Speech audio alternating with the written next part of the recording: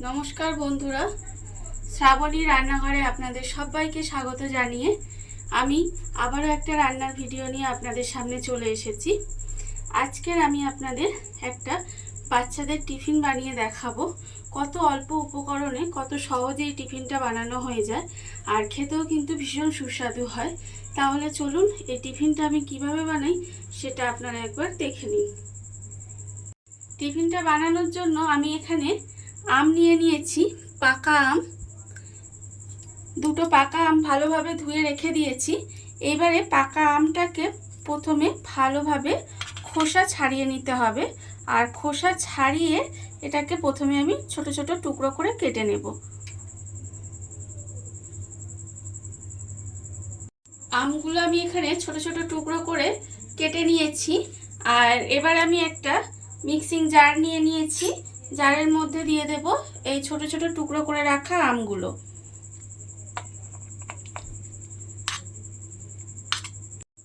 আমগুলো মিক্সিং জারের মধ্যে দিয়ে একটা পেস্ট বানিয়ে নেব।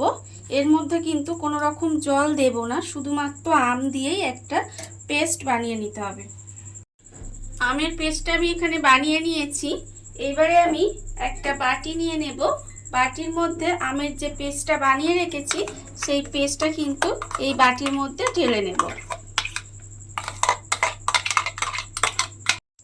বাটির মধ্যে আমের পেস্টটা ঢেলে নিয়েছি। এবার আমি এর মধ্যে দিয়ে দেব ময়দা। এরকম ছোট বাটির এক বাটি ময়দা আমি এর মধ্যে দিয়ে দিলাম। আর আমি এর মধ্যে দিয়ে দেব সেই বাটিরই 1/4 বাটি মতো সুজি, মানে 4 ভাগের 1 ভাগ আমি এর মধ্যে সুজি দিলাম।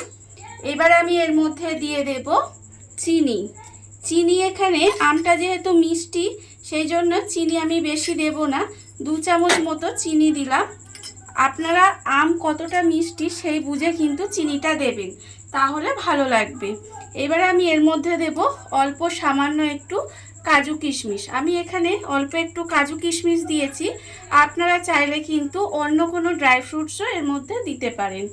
এবার আমি দেব এর মধ্যে, এখানে দেখুন ছোট ছোট আম আমি এখানে টুকরো টুকরো করে রেখেছি, সেই আমের টুকরোগুলোও কিন্তু আমি এর মধ্যে দিয়ে দিলাম।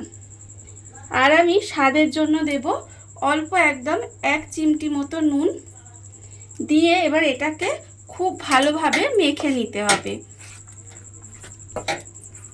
সমস্ত উপকরণ খুব ভালোভাবে মিশিয়ে এরকম একটা ব্যাটার তৈরি করে রেখেছি। আর আমি কিন্তু এটা শুধুমাত্র আমের পাল্প দিয়েই করেছি, এর মধ্যে কিন্তু কোনো জল ব্যবহার করিনি। আপনারা যদি মনে করেন যে একটু ঘন হয়ে গেছে তাহলে কিন্তু অল্প একটু দুধ ব্যবহার করতে পারেন এর মধ্যে, তাহলে কিন্তু ভালো লাগবে। এইবারে আমি এটাকে মিনিট 10 মতো রেস্টে রেখে দেব। 10 মিনিট আমার হয়ে গেছে। দেখুন ব্যাটারটা ঠিক এরকম হয়েছে।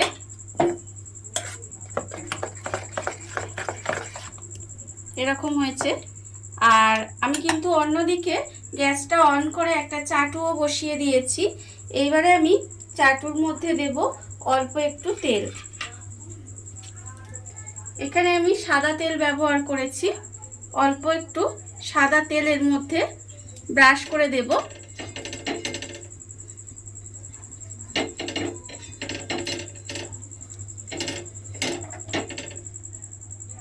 তেল ব্রাশ করে দিয়ে এবার এর থেকে অল্প অল্প এইভাবে এর মধ্যে দিয়ে দেব।